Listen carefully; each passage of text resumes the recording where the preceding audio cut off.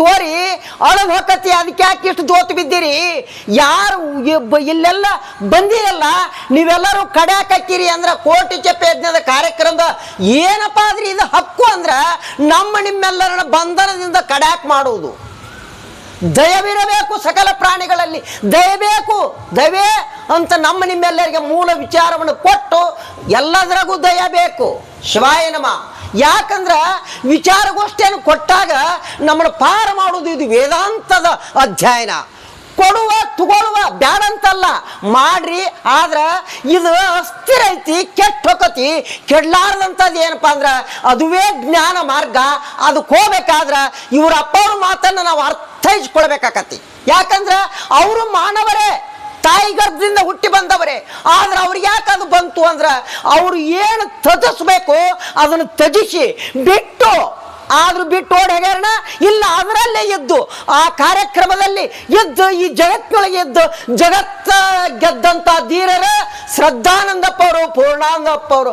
ಆ ಪೂರ್ಣಾನಂದಪ್ಪ ಅವರ ಒಂದು ಹೆಸರು ನಾವು ತರಬೇಕಾದ್ರ ವೇದಿಕೆ ಮೇಲೆ ಪೂಜ್ಯರದಾರಲ್ಲ ಅವರಿವರೆಂಬುದು ಏನು ಬೇಡ. ಅವ್ರ ಹೆಸರು ತೆಗೆದ್ರ ಒಂಟಿಯಾಗಿ ಅದು ಏನಾದಿ ತಂಬ ಒಂದಂತ ಬರಬೇಕಾದ್ರ ಎಲ್ಲಾ ಪೂಜ್ಯರು ಒಂದೇ.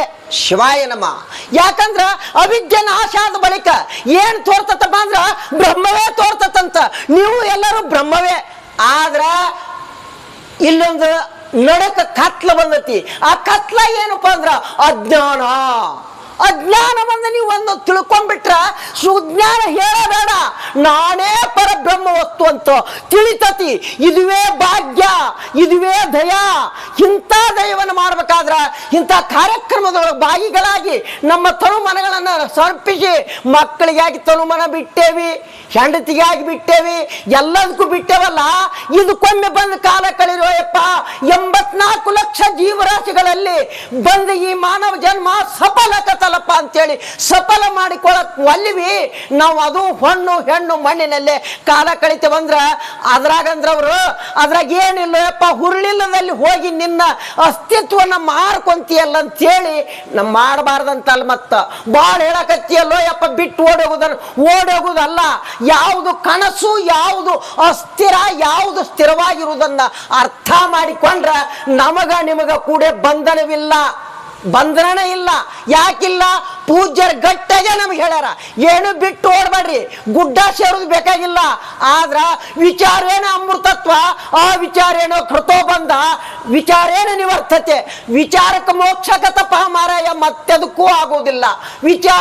ವಿಚಾರ ಅದುವೇ ಬ್ರಹ್ಮ ಸಾಕ್ಷಾತ್ಕಾರ ಮಾಡಿಕೊಳಕ ಜಪವು ಕೋಟಿ ಜಪ ಮಾಡೇವಿ. ಏನಾತ? ಮಲದೋಷ ಹೊಕತೋ ಯಪ್ಪ, ಅಂತಃಕರಣ ಪಾವಿತ್ರತೆ ಕತೆ ಅಂದ್ರ ಜ್ಞಾನಕ್ಕೆ ಹೋಗಾಕ ಅದೊಂದು ಪಾಟುನಿಗೆ ಏನಪ್ಪಾ ಅಂದ್ರೆ ಹತ್ತಿ ಮ್ಯಾಲ ನಿಂತ ಏನಾತ? ಎಲ್ಲರೂ ಕಾಣಕತ್ತಿದ್ರಿ. ಶಿವಾಯ ನಮಃ. ಆಗ ತಳಗಿದ್ದಾಗ ಯಾರನ್ಯಾರೂ ನೋಡ್ಲಿಲ್ಲ. ಹಿಂಗ ಜ್ಞಾನಾಮೃತ ತೃಪ್ತಶ್ಯ ಯೋಗಿನ ಇಂಥ ಯೋಗಿಗಳು ಬಂದಾಗ ಅದಕ್ಕ ಏನಪ್ಪಾ ಅಂದ್ರ ಲಾಂಛನಕ್ಕೆ ಶರಣೆಂಬೆ ಅಂದಾರ. ನಾವು ನೀವೇನು ಆ ಲಾಂಛನಕ್ಕೆ ಶರಣಾಗಿದ್ರು ಕೂಡ ಒಳಗಿರುವ ಚೈತನ್ಯ ಯಾರು? ಅವ ಪರಮಾತ್ಮ. ಅದನ್ನ ಪರಮಾತ್ಮ ಅಂತ ತಿಳಿಬೇಕಾದ್ರ ಅನಂತ ಜನ್ಮದ ಪುಣ್ಯ ಒದಗಿರ್ಬೇಕಂತ, ನಿಷ್ಕಾಮ ಕರ್ಮದ ಪುಣ್ಯ. ಯಪ್ಪ, ಯಾರು ಎದಕ್ಕೂ ಬಂದಿಲ್ಲೋ ಮಾರಾಯ, ನಮ್ಮನ್ನ ನಾವು ಅರಿಯಾಕ ಬಂದೇವಿ, ಅರಿಯಾಕ ಬಂದ ಅರಿವಿಗೇಡಿ ಆಗಿ ಹೋಗ್ಬೇಡ್ರಿ ಅಂತೇಳಿ ಪೂರ್ಣಾನಂದಪ್ಪ ಅವರು, ಶ್ರದ್ಧಾನಂದಪ್ಪ ಅವರು, ಸಿದ್ಧಾರೋಡ್ರು, ಗುರುನಾಥ್ರೋಡ್ರು ಇವರೆಲ್ಲ ತಮ್ಮ ತಾವ ಅರತ ಏನ್ ಮಾಡಿದ್ರಂದ್ರ ಈ ದೇಹಾತ್ಮ ಬುದ್ಧಿಯನ್ನ ಬದಿಗೊತ್ತಿ ಮೆಟ್ಟಿ ಮೀರಿ ನಿಂತ್ರಂತ. ಇದುವೇ ಜ್ಞಾನದ ಸಫಲ, ಇದುವೇ ನೀವು ಮುಕ್ತ ಆಗುವ ಬಗೆ. ಯಾರು ಯಾಕೆ ತಿಳ್ಕೊಂಡ್ರಿ? ಮೊದಲು ಇದನ್ನ ಮಾಡಿಕೊಂಡ್ರಿ ಅಂತೇಳಿ ಇದೊಂದು ನಾಟಕ ಅಲ್ಲ, ಇದೊಂದು ಏನಾರ ಹೇಳಿ ಮೋಸ ಮಾಡಿ ಹೋಗುದಲ್ಲ. ಏನಂದ್ರೆ ನಮ್ಮನ್ನ ನಾವು ಬಂಧನದಿಂದ ಪಾರು ಮಾಡಿಕೊಳ್ಳೋ ಬಗೆ. ಶಿವಾಯ ನಮಃ. ಮತ್ತೇನು ಇಲ್ಲಿದ್ರಾಗ ಬರೀ ಶಿವನಾಮ ಸ್ಮರಣೆ ಮಾಡಿದ್ರಿ ಏನಾಕತಿ ಅಂದ್ರ ಮಲದೋಷ, ವಿಕ್ಷೇಪ ದೋಷ, ಆವರಣ ದೋಷ ಹೋಗತಿ. ಆವರಣ ಇವು ಮೂರು ಹೋದಾಗ ಸೊಡ್ಡ ಹೊಡೆದ ನೀನ್ ಏನದಿ, ನೀ ಕುರಿ ಅಲ್ಲೋ, ನೀ ಹುಲಿನ ಅದಿ ಅಂಥೇಳಿ ಮುಂದಿನವರ ಇವ್ರು ಹೇಳುವ ಭಾಷ್ಯ ನಿಮ್ಮೆಲ್ಲರಿಗೆ ಅರ್ಥ ಆಗಿ ಏನಾಕತ್ತಂದ್ರು, ಓಹೋ ನಾನು ಪರಮಾತ್ಮನಿದ್ದೇನೆ, ನಾ ದೇಹ ಅಲ್ಲ ಅಂತ ತಿಳುತ್ತಂತೋ ಯಪ್ಪ. ಅದಕ್ಕೆ ಎಷ್ಟು ಮಂದಿ ಬಂದಿರಿ ನೋಡು. ನೀವೆಲ್ಲರೂ ಈ ಮಹಾ ಅದ್ಭುತ ಶಕ್ತಿಯನ್ನು ತಿಳ್ಕೊಂಡಾಗ ನೀವು ಸಂದೇಹನೇ ಇಲ್ಲ ನಿಮಗ. ಏನ್ ನೀವು ಮುಕ್ತ ಬರೇ ಯಾಕಂದ್ರೆ ಭವಬಂಧನ ಪರಮಾತ್ಮನಿಗಿಲ್ಲ. ನೀವ್ಯಾರ? ಪರಮಾತ್ಮನೇ. ಅಬಾಬಾಬಾಬಾಬಾ. ಯಾಕಂದ್ರ ಇಲ್ಲದ ರೂಪುಗೊಂಡತ್ತಲ್ಲ, ಅದು ಅದ್ರಾಗ ಹುಟ್ಟೈತಿ. ಮಾಯ ಅಂದ್ರೆ ಇಲ್ಲದದ. ಇಲ್ಲದ್ರಲ್ಲೇ ಕಲ್ಪನಾ ಮಾಡ್ಕೊಂಡು ಏನೇನೋ ಕಲ್ಪನಾ ಮಾಡ್ಕೊಂಡು ಸತ್ತು ಹೋಗೋದಕ್ಕಿಂತ ಕಲ್ಪನೆಯನ್ನ ಮೀರಿ ಮೆಟ್ಟಿ ಮೀರಿ ನಿಂದಿರುವಂತ ಶಕ್ತಿ ಜ್ಞಾನ ಪ್ರಧಾನ ಆಗಿರ್ತಕ್ಕಂಥ ಅದುವೇ ಬ್ರಹ್ಮ ಚೈತನ್ಯ, ಅದುವೇ ಬ್ರಹ್ಮಾನುಭೂತಿ.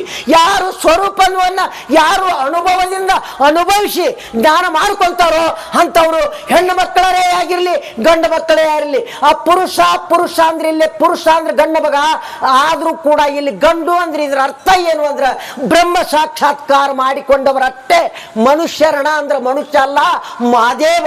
ಶಿವಾಯ ನಮಃ. ತಾಯಿಯ ಗದ್ದಗಿದ್ದ ಬಂದಾರ, ಆದ್ರೆ ಮಹಾದೇವ ಆದ್ರ ಯಾಕ ಯಾವಾಗ ಹೊಕ್ಕತ ಗೊತ್ತಿಲ್ಲ. ಇಳುದ್ರಾಗ ಹೋತಂದ್ರ ಯಪ್ಪ ಮಾಡ್ಕೊರೋ ಅಂತ ಹೇಳಿ ಸೊಡ್ಡೊಡ್ದು ಹೇಳುವಂತ ಸಾಮರ್ಥ್ಯ ರೂಪ ಶಕ್ತಿ ಹೊಂದಿದವರು ಬಂದಾರ.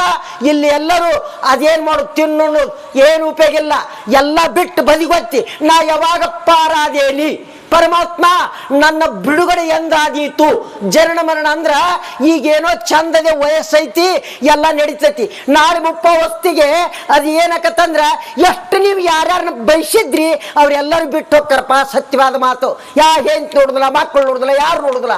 ಮತ್ತಿದ್ರು ಯಾರು ಹೇಳಿದ್ರು? ಶ್ರದ್ಧಾನಂದ ಅಪ್ಪರ ಕಿವಿ ಮಾತು ಹೇಳ್ಯಾರ. ಯಾರು ಸಂಬಂಧ ಇಲ್ಲವ ಮರಯ ಮೊದಲು ನಿನ್ನ ತಿಳಿ ಅಂದ್ರ ಧನ್ಯ ಗೃಹಸ್ಥಾಶ್ರಮ ಅವು ಯಾವ ಆಶ್ರಮದಾಗರಿ ಇರ್ರಿ, ನಿಮ್ಮನ್ನು ನೀವು ಅರ್ತಿರ್ರಿ. ಅದುವೇ ನಿಮ್ಮ ಬಹುಬಂಧನಕ್ಕೆ ಕಾರಣ ಆಗಿರ್ತಕ್ಕಂಥ ಶಿಡ್ಲು. ಅದನ್ನ ನಾವು ನೋಡಿದ್ರ ಶಿಡ್ಲಿಗೆ ಯಾರು ನಿಂದಿರ್ತೇವನ ನಿಂದಿರುವುದಿಲ್ಲ. ಜ್ಞಾನಕ್ಕೆ ಏನಕತ್ತಂದ್ರ ಅದು ಸೋಪಾನ ಆಗಿ ಮುಂದ ನಿಮ್ಮೆಲ್ಲರಿಗೆ ಬಹುಬಂಧನಕ್ಕೆ ಬರಲ್ಲಂಗ ಮಾಡ್ತತಿ. ಇದುವೇ ತಪ, ಇದುವೇ ಶಕ್ತಿ.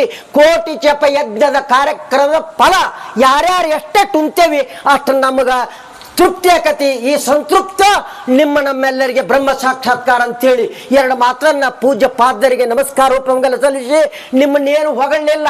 ಯಾಕಂದ್ರೆ ನೀವು ಬ್ರಹ್ಮ ಸ್ವರೂಪಿಗಳೇ ಇದ್ದೀರಿ, ನಿಮ್ಮನ್ನು ಹೊಗಳುವಂತ ಅವಶ್ಯಕತೆ ಏನಿಲ್ಲ. ಇತ್ತ ಲಕ್ಷ್ಯ ಕೊಟ್ಟಿರಲ್ಲ, ಇದುವೇ ಧನ್ಯ, ಇದುವೇ ಧನ್ಯ, ಇದುವೇ ಧನ್ಯ. ನಿಮ್ಮ ಮತಿ ಇತ್ತ ಹೊಳೆತಲ್ಲ, ಮತಿ ಒಮ್ಮೆ ಕಿಂಚಿತ್ ಹೊಳಿತಂದ್ರ ಸಾಕ ನಿಮಗೂ ಬಹುಬಂಧನಿಗಿಲ್ಲ. ಯಾಕಂದ್ರ ಇದು ಸ್ವಡ್ಡೊಡೆದೇನು ಮಾತು. ಯಾಕಂದ್ರೆ ಭಯನೇ ಇಲ್ಲಲ್ಲ, ನಿರ್ಭಯ. ಪರಮಾತ್ಮ ಹಂಗಂದ್ರೆ ನಿರ್ಭಯದನ. ಅವ್ಗೇನಾರು ಬೇಕಂದ್ರೆ ಬೇಕಾಗಿಲ್ಲ. ಆಕಾಶದಂದದಿ ಆಕಾಶಕ್ಕೆ ಅವಕಾಶ ಕೊಟ್ಟದ್ದು ಹೆಂಗಿರ್ಬಹುದು ಆ ಮಾತಾಯಿ. ಅದಕ್ಕೆ ಮಾತಾಯಿ ಅಂದ್ರೆ ಇಲ್ಲಿ ಹೆಣ್ಣು ಅಂತ ಅರ್ಥ ಮಾಡಬಾರ್ದು. ಯಾಕಂದ್ರ ಅಲ್ಲಿ ಏನೈತೆ ಅಂದ್ರ ಅದು ಸ್ವರೂಪ ಜ್ಞಾನ ಒಮ್ಮೆ ತೃಪ್ತಿ ಆತಂದ್ರ ಮುಗಿತಲೆ ಬಹುಬಂಧ ಅವ್ಗೆಲ್ಲ. ಈಗ ಇಲ್ಲ.